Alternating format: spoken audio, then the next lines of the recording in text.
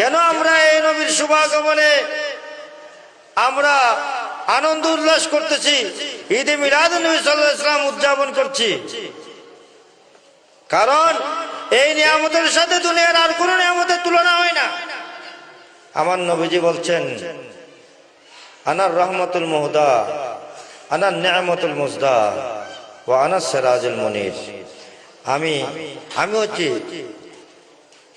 করুণাময় হেদায়েতের মূর্ত প্রতীক, আমি হচ্ছি করুণাময় হেদায়েত, আমি হচ্ছি পরিপূর্ণ নিয়ামত, আর আমি হচ্ছি তোমাদের সমগ্র বিশ্ববাসীর জন্য উজ্জ্বল প্রদীপ, যেটার দ্বারা আল্লাহ পাক সুবহানাহু ওয়া তাআলা আল্লাযী আখরাজাহুল্লাহু বিহি, আল্লাযী আখরাজানাল্লাহু বিহি মিন যুলুমাতিল কুফরি ওয়াশ শিরকি ইলা নূরিল ঈমান, যার মাধ্যমে আল্লাহ পাক সুবহানাহু ওয়া তাআলা সমগ্র সৃষ্টি জগৎকে কুফরি, শিরকি, সমস্ত রকমের গর্হিত, সমস্ত রকমের মূর্খতা, সমস্ত রকমের অমানবিকতা থেকে এই বিশ্ববাসীকে ঈমানের আলোতে উদ্ভাসিত করেছেন। সুবহানাল্লাহ। ছোটখাটো নিয়ামত আল্লাহ পাক সুবহানাহু ওয়া তাআলা, মানে ছোটখাটো বলতে নবীজি যে মহান নিয়ামত আমরা পেয়েছি সেটার তুলনায় তো অনেক নগণ্য নিয়ামত যেগুলা বনী ইসরাইলকে দিয়েছেন, যেগুলার ব্যাপারে আল্লাহ পাক সুবহানাহু ওয়া তাআলা তাগিদ দিয়েছেন যে তোমরা হে বনী ইসরাইল, ইয়া বনী ইসরাইল আযকুরু নিয়ামতি আল্লাতী আনআমতু আলাইকুম ওয়া ইন্নী ফাদ্দালতুকুম আলাল আলামিন। হে বনী ইসরাইলগণ, তোমাদের উপর অসংখ্য নিয়ামত দিয়েছি, যে সমস্ত নিয়ামত দিয়েছি সেগুলোর তোমরা শুকরিয়া আদায় করো।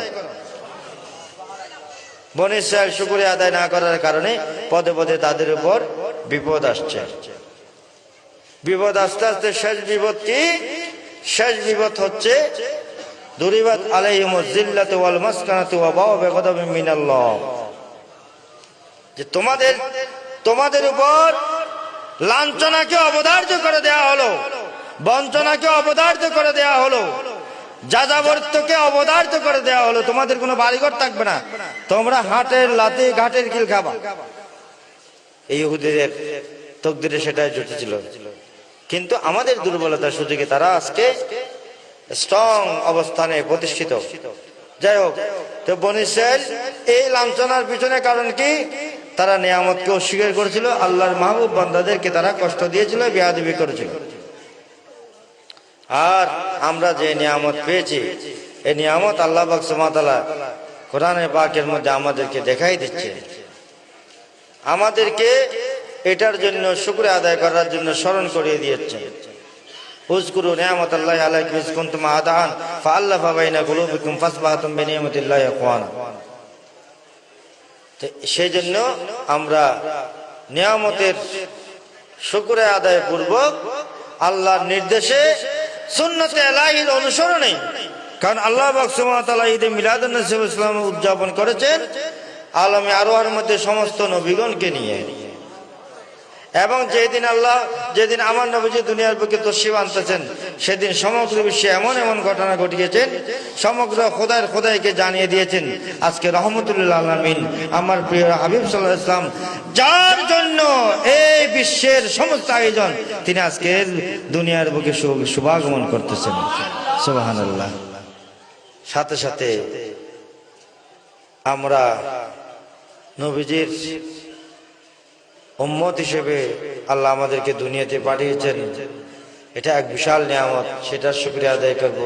সাথে সাথে নবীজির যোগ্য উত্তরসূরি, নবীজির আওলাদে পাক এবং নবীজির দস্ত মোবারকে, যার শের মোবারকে গৌসে আজমিয়তের তাজ সুশোভিত,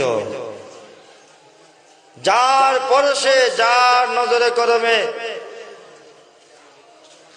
যার মুহূর্তের সোহবতে লক্ষ লক্ষ কোটি কোটি আউলিয়া কেরাম হয়েছেন, সে মহান ইমামুল আউলিয়া, ইমামুত তরিকত হুজুর সৈয়দনা গাউসুল আজম মাইজ ভান্ডারীর গোলাম হিসেবে আজকে আমরা এই তার পরশে, তার গোলামি, তার দাসত্বের মধ্যে আমরা আজকে আছি। আল্লাহ আমাদেরকে তাকার তৌফিক দান করতেন, সেটার শুকরিয়া আদায় করে আমরা শেষ করতে পারবো না।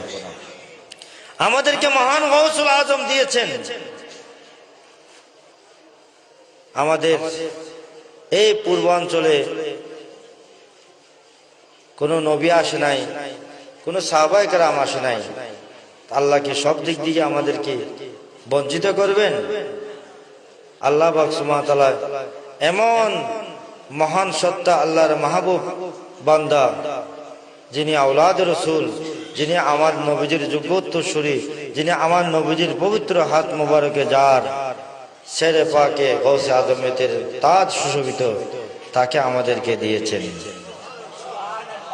তাকে